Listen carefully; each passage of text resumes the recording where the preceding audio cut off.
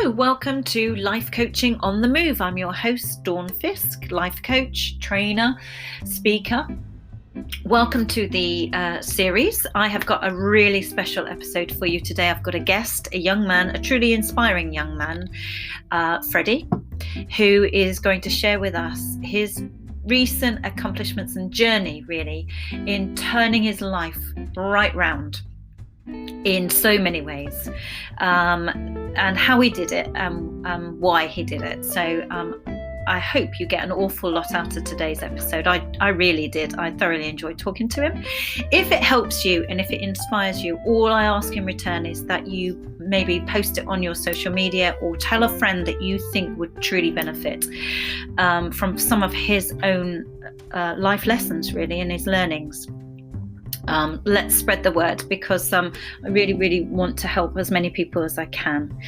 If you want to listen to the previous 89 episodes, if you're new to this podcast, I truly would love that. But I recommend that you go to the first 10 first and listen to those, because they give the platform of my coaching, really, rather than, I know that sounds obvious, but rather than listen to the most recent ones and go backwards in the series, I would start at the beginning. You can contact me or visit the website it's www.milestone-coaching.co.uk. There's all sorts on there, online programs that you can download and own and do in your own time in the comfort of your own home. Or the biggest announcement is that this Thursday, the 25th of Feb, 7 p.m. British summertime, I'm starting another one of my 7-week life skills and confidence workshops on Zoom. Small group on Zoom. So if you're interested in that, there are only a small number of seats available for that. So visit the website, go into workshops and have a look at that one, because otherwise it'll be another 7 weeks before you can join. So I think that's all of my announcements. Let's crack on. There will be a tiny little delay in sound, and then Freddie and I will start chatting. I really hope you enjoy this episode.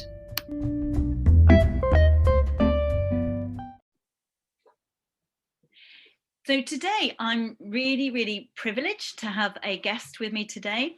I've got a lifelong friend, actually. I've known him since you were about 2, haven't I? I've got to be a friend of my children's on the podcast, Freddie.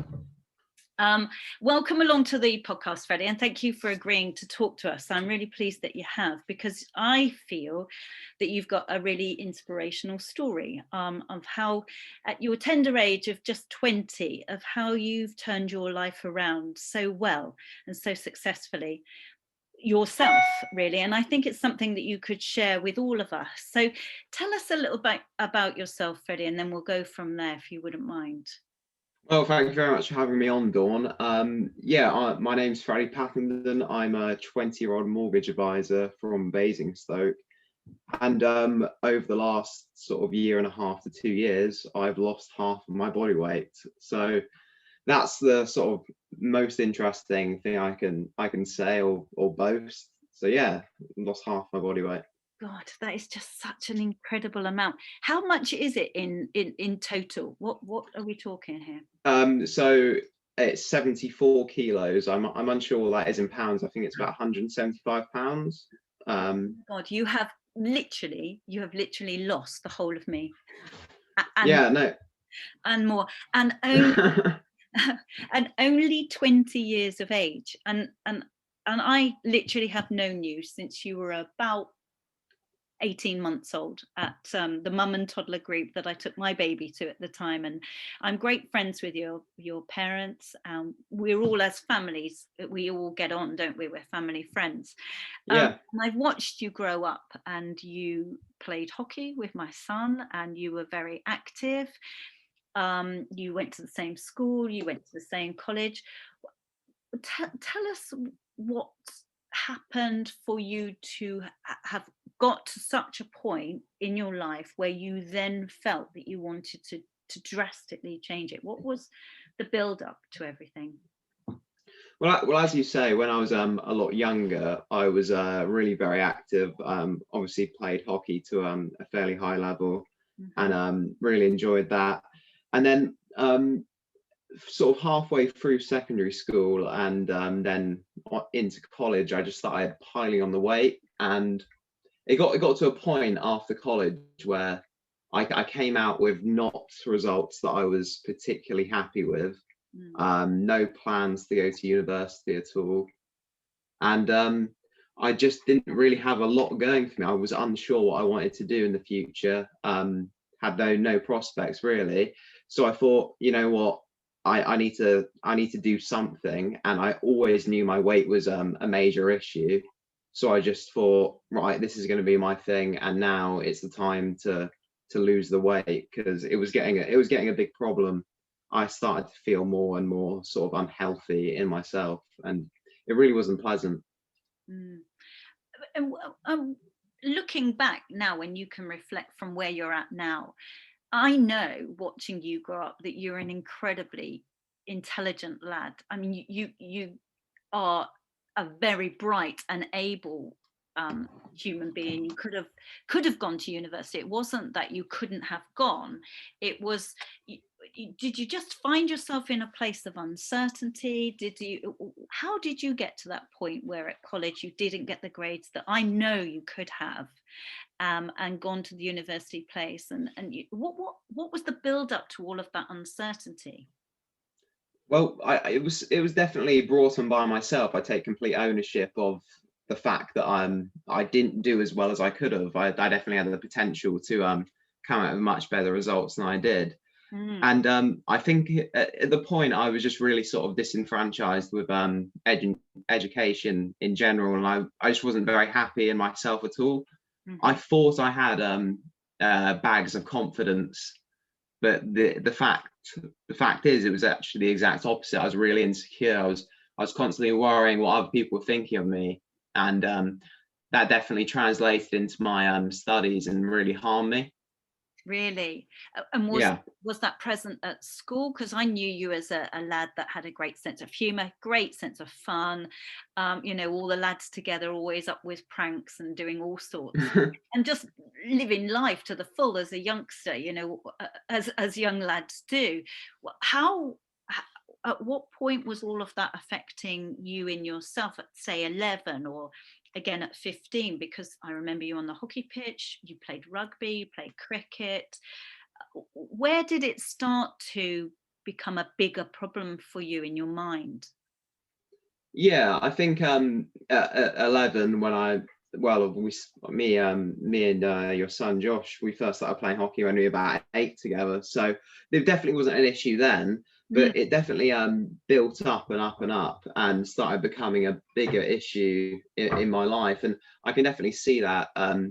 We have one of those Amazon shows which shows you pictures throughout the years on this day, and you can definitely see the years where I looked a lot happier and healthier, and I was a lower weight. And then throughout my life, I sort of lost control, and you could see that I was more and more unhappy. So yeah, I think from the age of about 13 to 18, it was just the sort of cycle where I got more and more unhappy and more heavy at the same time. do you, was it the heaviness causing the unhappiness, or the unhappiness causing the heaviness, would you say? Well, I probably couldn't say, but they're definitely interlinked, and it was probably more the heaviness causing the unhappiness, because it just really sapped my confidence and just sort of energy and Mm. ability to do things. And because I remember, I think your mum and dad were worried about your health, and I remember both of them going on a strict diet and losing weight themselves, in the hope at the time. I remember them saying, we just hope it will um, influence and inspire Freddie, but it's not at the moment. And they kept Yeah. hoping and kept hoping. Would you say you just weren't in the right mindset then, or would you say you needed to decide why at that time didn't it work, and yet at a later time it did? What was the difference?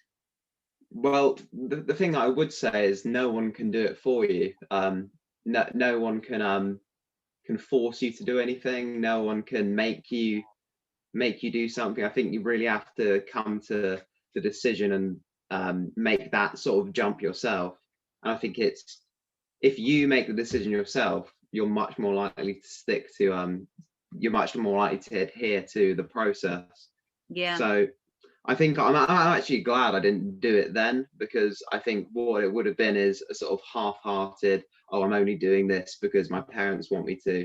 Whereas when I actually made the decision myself and really executed on it, it was so much more effective. Yeah, I can imagine. I can totally relate to that, actually. And I think with some clients that I've worked with, exactly the same. It may not be a weight topic that I'm working with clients, but there's definitely a moment where humans have to make that decision for themselves and take ownership of whatever that change is. And that's half the battle. Once that decision has been made, that they're on the right track already. What, looking back, what was the build up to you? Just, was it a light bulb moment? Did you suddenly just wake up one day and think, right, I'm going to sort this out? Had it been building? Was there a trigger? Had anybody said anything? What happened to make you make that decision? Not as such.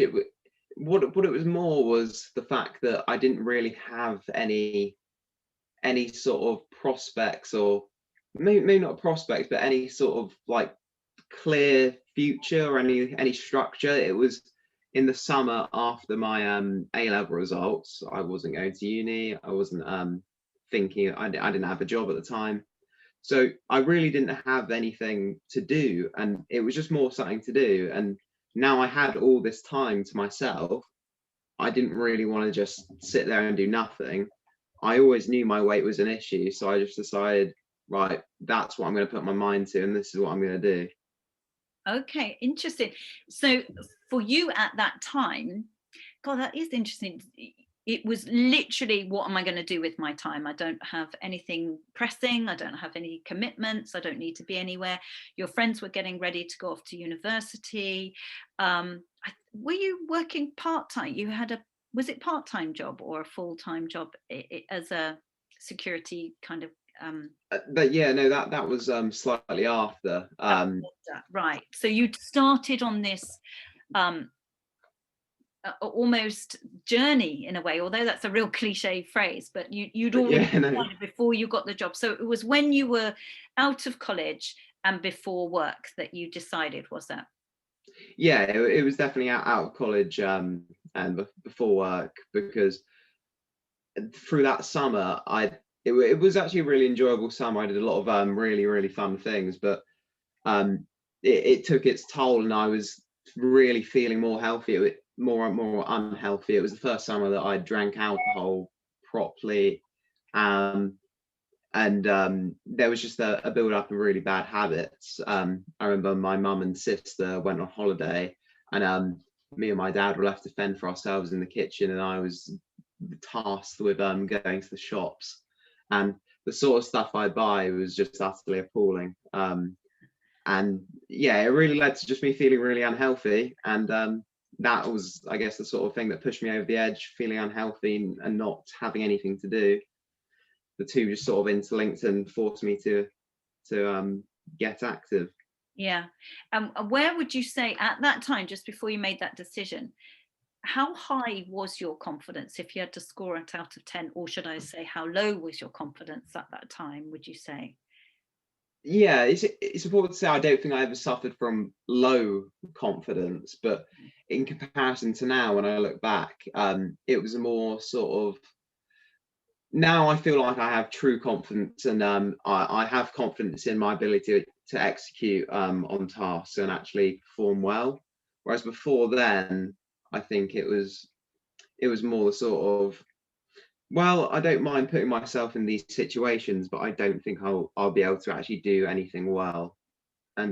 And yeah, that's what I'd say to that. Is that more of a sense of self-belief then? Do you think it was more believing in yourself?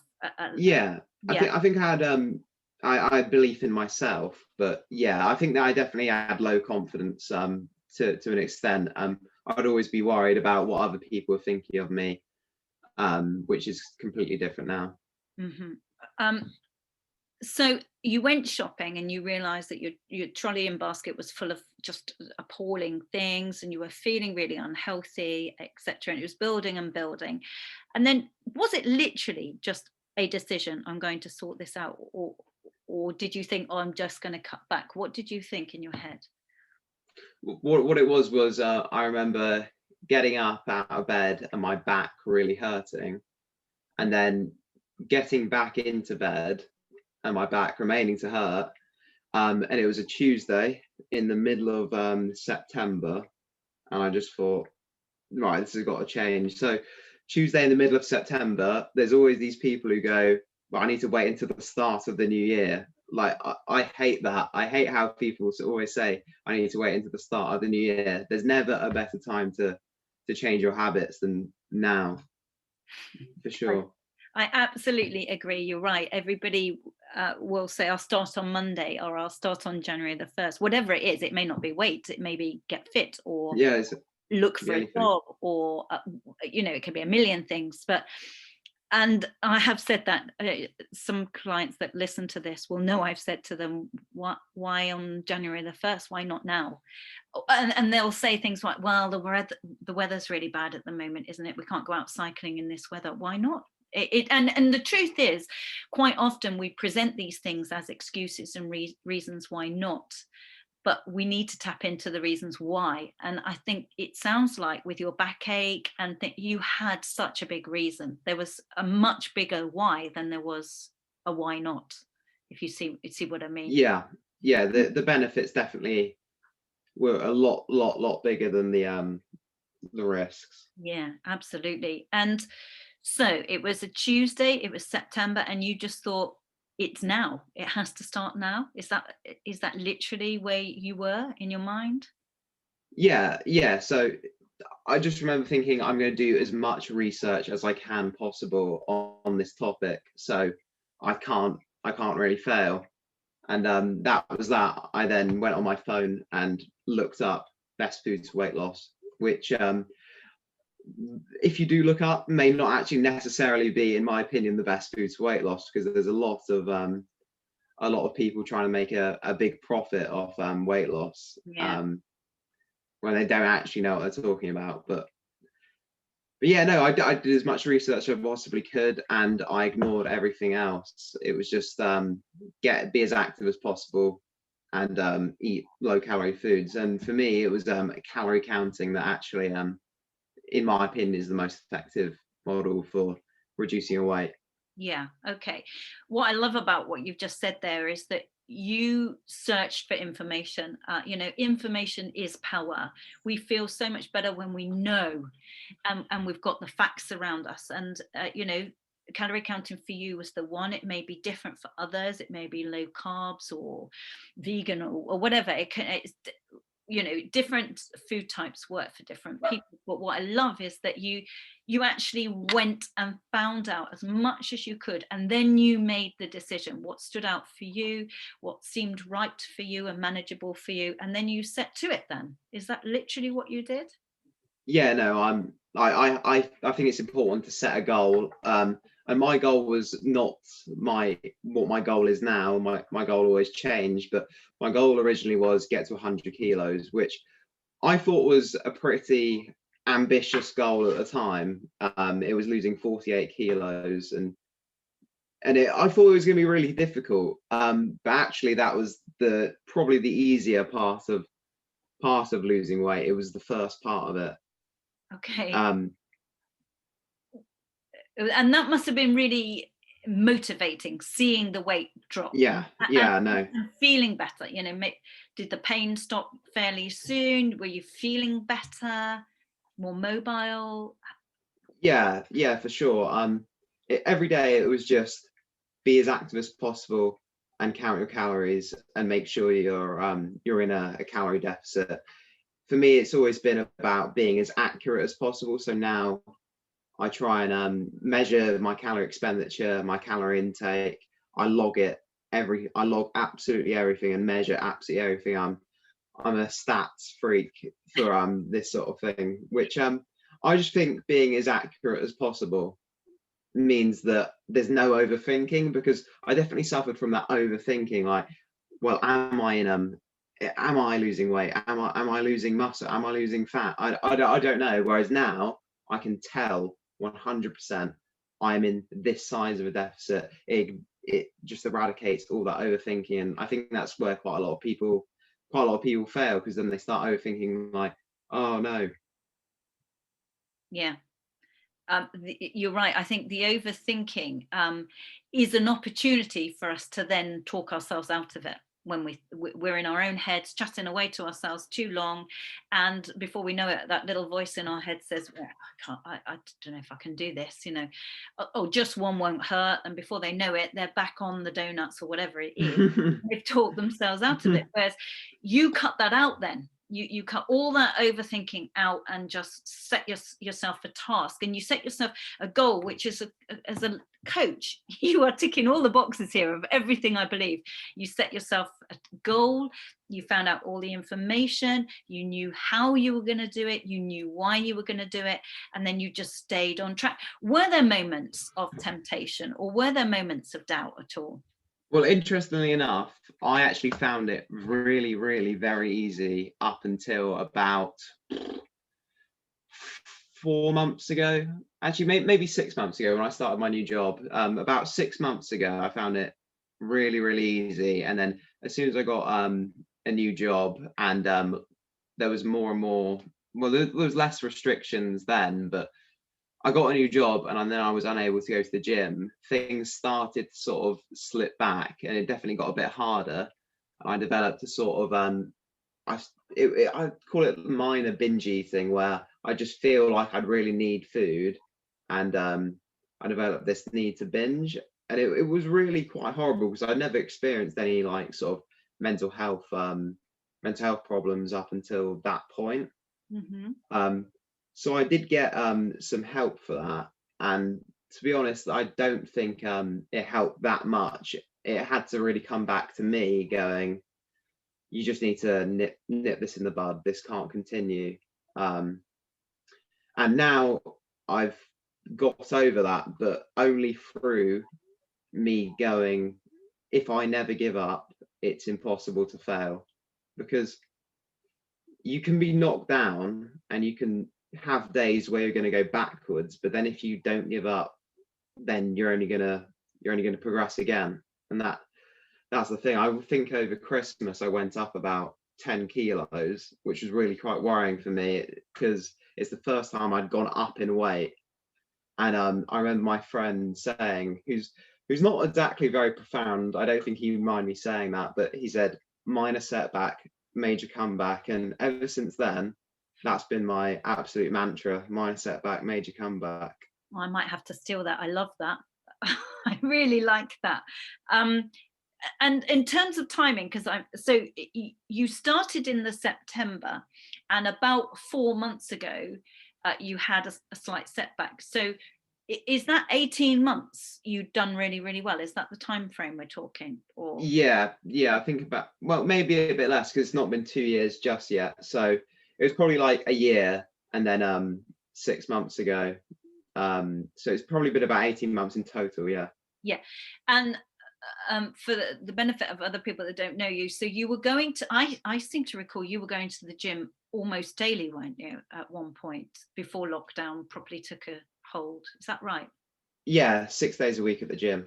Okay, so of course all of us have then been thrown into lockdown, and that could be seen as a major obstacle, that you could have given into that and thought, oh well, it's out of my control, we're in lockdown, the gym's closed, what can I do? And you could have been tempted to turn to the food, give up. What did you do? How did you continue despite the obstacles of lockdown? How did you stay on track? To be honest, lockdown actually removed a lot of obstacles for me, and it was actually the most productive time, especially that first lockdown, from March until about August. That's when I lost the most amount of weight from my journey. The most amount of weight was lost in that first lockdown, because what it removed was any distractions whatsoever and any temptations whatsoever, because there's no food, no bad food in the house, no bad food out of the house, because I never left. And it just allowed me every single day to walk. I think I was walking about 15 kilometers every day. Wow, that's incredible. So actually, it got you back on. It strengthened your mission, really, in a sense. Yeah. And then you got the job, and it's actually, I know a job where you do have to go in. It's not one that you're homebound, is it? No. So No. that then was difficult for you because there was temptation there, or what do you think caused the blip that you had 4 months ago? I think it was just a sort of bandwidth issue. There was only so much I could concentrate on, and I put all my focus into losing weight. And then I was really, really happy to get this job, and I wanted to put my absolute all into it. I think that sort of just distracted me from the other cause. And the more that I've worked at my new place, really, really enjoying it as well. The more I've worked there, I'm able to balance it sort of more, so I can get that healthy work-life balance, friendships, and then the health as well. Yeah, and I know that you had lots of exams for the job. You were working and studying to pass sort of really highbrow exams as well. And so, in truth, you did have a lot on your plate. I mean, that's enough for anybody, let alone at just sort of 19 years of age, 20 years of age. You were balancing a lot. So I don't think it's surprising you had a tiny bump in the road, but what I'm really impressed by though is that you've got back onto it, that you didn't slip down that slippery slope. And I know your friend gave you that profound saying, but what was it in you? What do you think now that you've learnt about you, that you've clearly got inside? What strength have you got in that you keep tapping into that gets you through? Because you did phenomenally well in your exams for your job as well. I mean, I think you did incredibly well.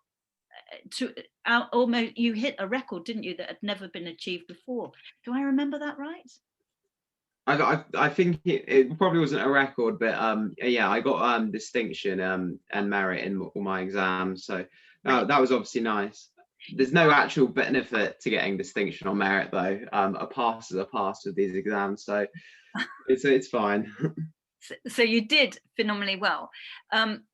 So what if you had to define the strengths that you've got, or the resilience, or a trait that you tap into that gets you through these things, whether it's work exams or whether it's fitness or whether it's staying on track with your nutrition, what is it? What is your strength that you're tapping into there, would you say? It's accountability and discipline. Just holding yourself accountable when you do something wrong, and then learning from that. And do you Yeah. feel that will help you in the future? Yeah, it's definitely something I didn't have. I don't think I'd be able to even do these exams that I just passed recently if I hadn't have gone through the weight loss thing. Because as I say, when I was in college and in secondary school, I didn't have that same work ethic, and I never knew I could have that. So it's really sort of instilled that being able to put yourself into a sort of state of deprivation and being able to work through that. And so anyone that's listening, I mean, it could be young people that can relate to this one way or the other, whether it's exams, whether it's college, or future plans, or their weight and body image, or it could be somebody older. What would you say has been the knock-on effect and benefits from losing all of that weight? Well, yeah, good things breed other good things, and that's the main thing that I found. I remember writing a list when I was much heavier, of all the things I wanted to achieve in that summer, and that was get a job, lose weight, and just be overall happier. And just from getting control of that one thing, getting control of my diet, that fed into everything else. And I think control and discipline really just equal freedom. That's something that I've really found. Discipline equals freedom, and that is from Jocko Willink. And he's a Navy SEAL commander that I watch quite a lot of videos from. He also does a really good podcast. Okay, excellent. Say his name again, Freddie. It's Jocko Willink. And people can find, how do you spell that? Because that's quite an unusual name. I believe it's JOCKOWILLINK. Okay, excellent. So people can search that out. And I think you're absolutely right. Success breeds success.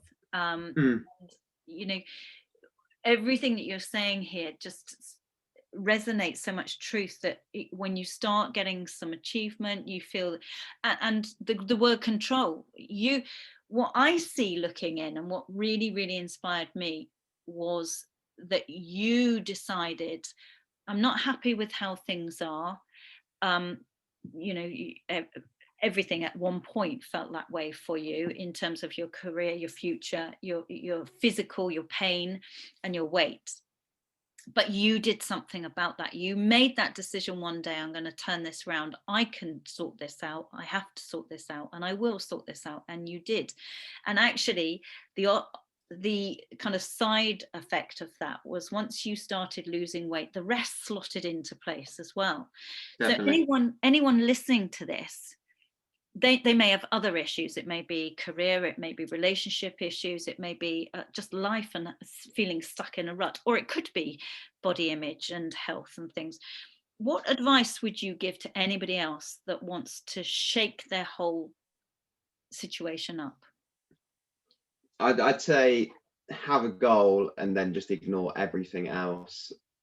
Put all your energy into that and then don't make any excuses. There's never an excuse not to meet your goal. Nice and straightforward and simple. And what if you could say something to your 11-year-old or your 15-year-old self, if you now, knowing what you know, what advice would you give your young Freddie? Don't put oil on that for sure. Literally, you stopped all oils, have you? Of course, yeah, no, definitely. And going forward, so you believe in goal setting then, which I love. People will know that if they listen to this podcast. Goal setting and things like that. So have you got future goals? Have you got stretch goals? What's the plan for the future? My plan for the future is hopefully to buy a house in the coming year or year or two before the equity loan scheme unfortunately disappears in 2023. But yeah, so I've got a few goals. One of them is to lose a tiny bit more weight, so I'm at my perfect body fat percentage. So that's my weight goal. Yeah. And I've got just to keep being active as well. Yeah. Let me check actually. My goal as well is to push my comfort zone, because that's, I also found that I'd always be pushing when I was overweight, because I'd always be out of my comfort zone. I'd always be anxious. And now I think, oh, I'm just coasting all the time. I used to always be out of my comfort zone, and now I feel so comfortable. I feel like I need to try and pursue activities and things which will make me get out of that.